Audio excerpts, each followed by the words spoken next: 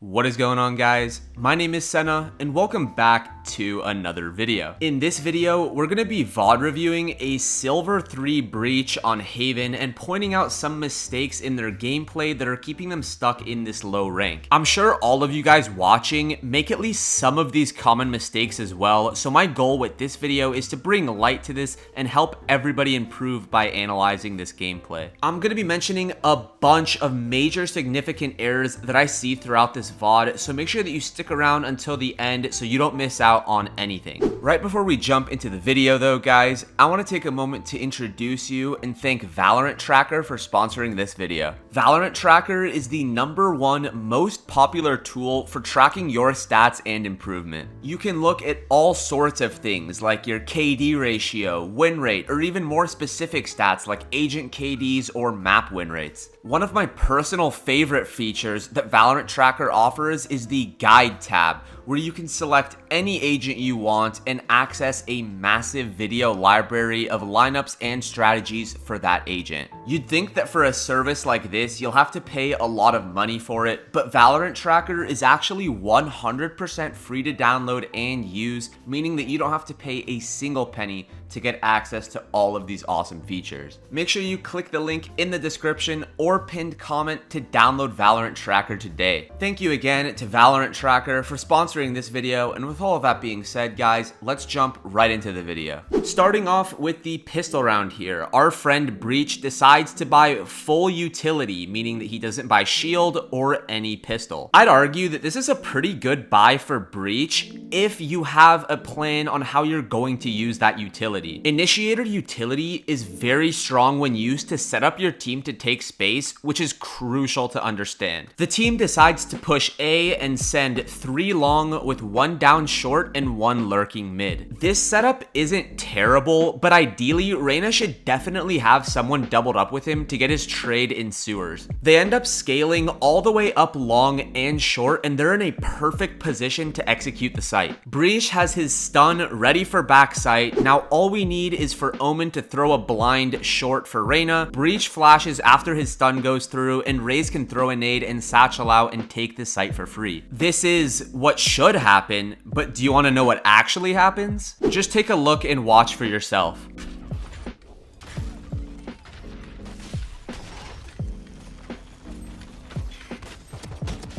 One already flank?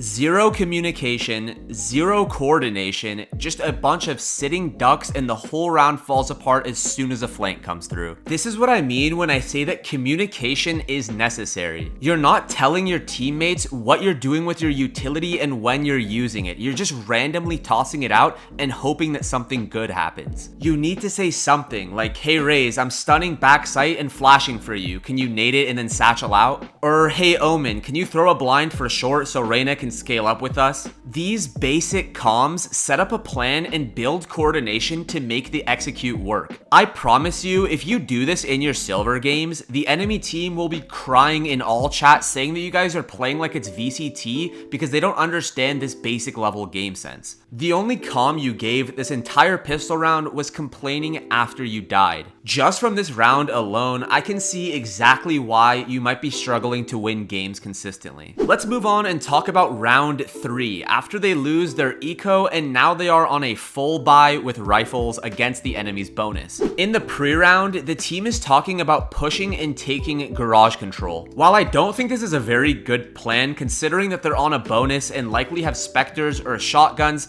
Breach is probably the most important agent for this garage take, so let's take a look and see how he uses his utility to help clear out garage and get his team on site. It's 2 on C. W wide early. Oh, you left the left. You left it. Repeat it. I honestly could not believe my eyes when I saw this. Not a single piece of utility used to help the team in this crucial round. While I don't agree with going mid here and isolating yourself from your team, Even if you did want to go mid, you're in a perfect position to stun Garage for your team, and you didn't even do that. This right here is the epitome of a completely unaware and selfish playstyle. I know it sounds like I'm being really harsh here and just flaming him, but this is crucial to understand if you want to improve as a player. If this was a higher rank lobby where his teammates were more aware, he would be getting completely chewed out by his team for not helping them with his utility. If the team needs a mid lurk, send Deadlock or Omen or something, but definitely not Breach. I also want to mention that the crosshair placement and movement is extremely sloppy throughout this VOD. There are way too many instances where his crosshair either isn't placed somewhere that he could get peeked from or is way too low and nowhere near head level. He holds W a lot while he's peeking, which I have preached about in multiple videos, and overall needs to work on his movement and mechanics. When he's running into B site here, he has his back turned entirely towards C-Link, and he hasn't cleared that yet, so there's a good chance that he can die from there. Just a general lack of awareness that I'm seeing throughout these rounds. As Breach, you have one of the best kits for setting up your team to take space, so it's absolutely crucial that you're playing around them and helping them out as well as communicating with them. They do end up winning this round, but it could have gone very badly had the Garage players died to someone playing close. All in all, it's great that you guys won this round, but you definitely do need to be more involved with your team here. Moving on from this, let's talk about round 8, where instead of giving pre-round comms and deciding on a plan for the round, we're tabbed out watching an hour-and-a-half long LEGO Transformers review on YouTube. Honestly, I respect the grind, but right now is not the ideal time to be watching this. And hold on, forget the Valorant game, let me VOD review your computer, bro. What is going on? He's got 6 YouTube videos open, about 50 other Chrome tabs running,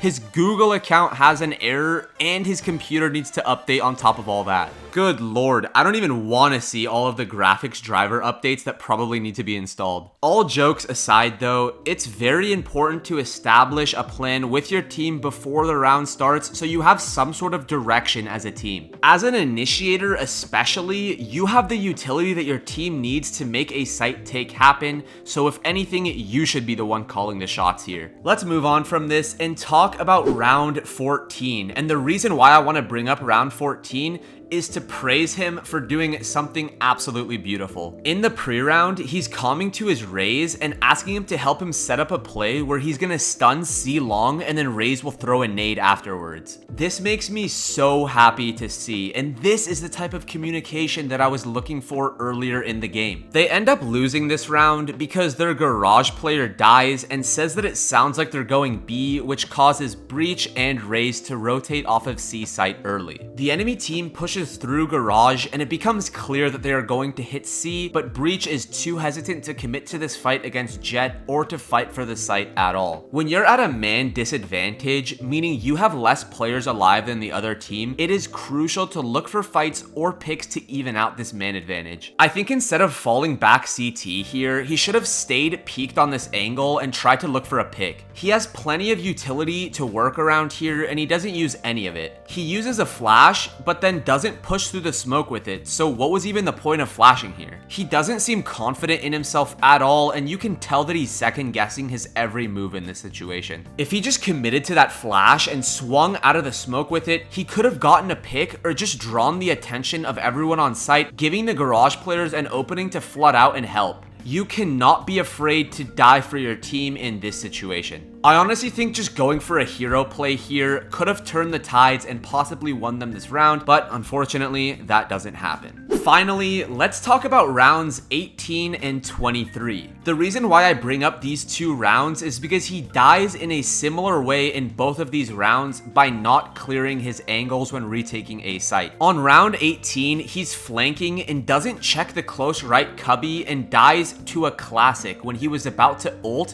which could have very well won them this round. On round 23, he's retaking a site from CT and swings out to clear graffiti, but neglects clearing hell, which causes him to get shot in the back once again. This goes back to the awareness issue that I was talking about on round 3, where he peeked backside B with his back towards C-Link, which wasn't clear, and here he is getting punished for this same lazy clearing. It's extremely important to be aware of which angles you are exposing yourself to and and which angles someone could be playing at or that can peek you from. It seems like such a simple concept on paper, but a lot of players neglect taking the time to properly clear each angle and get punished for it, like our friend Breach here. And this isn't necessarily just a low elo thing. I see this across the board, and it's something that everybody must learn to improve at. In the end, Breach and his team end up winning this game in overtime with a 14-12 scoreline. Although he had a negative KD, he didn't play terribly this game and actually did provide some value to his team. The reason why he's stuck in silver is because of these fundamental errors in his gameplay. If he starts using his utility with more thought and a reason behind it, as well as being more aware of his surroundings and possible enemy positions, he will see very quick improvement. As I mentioned earlier, the crosshair placement and movement is pretty rough and definitely does need some work, but that's to be expected with any VOD around this rank. Mechanics are something that every player needs to improve upon, no matter what rank, so I didn't want to harp on it too much throughout this whole video because that wouldn't be very helpful at all. I hope you guys learned something new by watching this VOD review, and let me know your current rank and what your goal rank is for the next act coming soon. Thank you guys so much for the overwhelming support on the channel recently. You guys are the best. If you did end up enjoying this video or finding it helpful, don't forget to drop a like down below and also subscribe to the channel if you enjoy this type of content. I have a Discord server linked down in the description below. You should join that. We have a super chill community. We would love to have you. Thank you so much for taking the time out of your day or night to watch this video, and I will catch you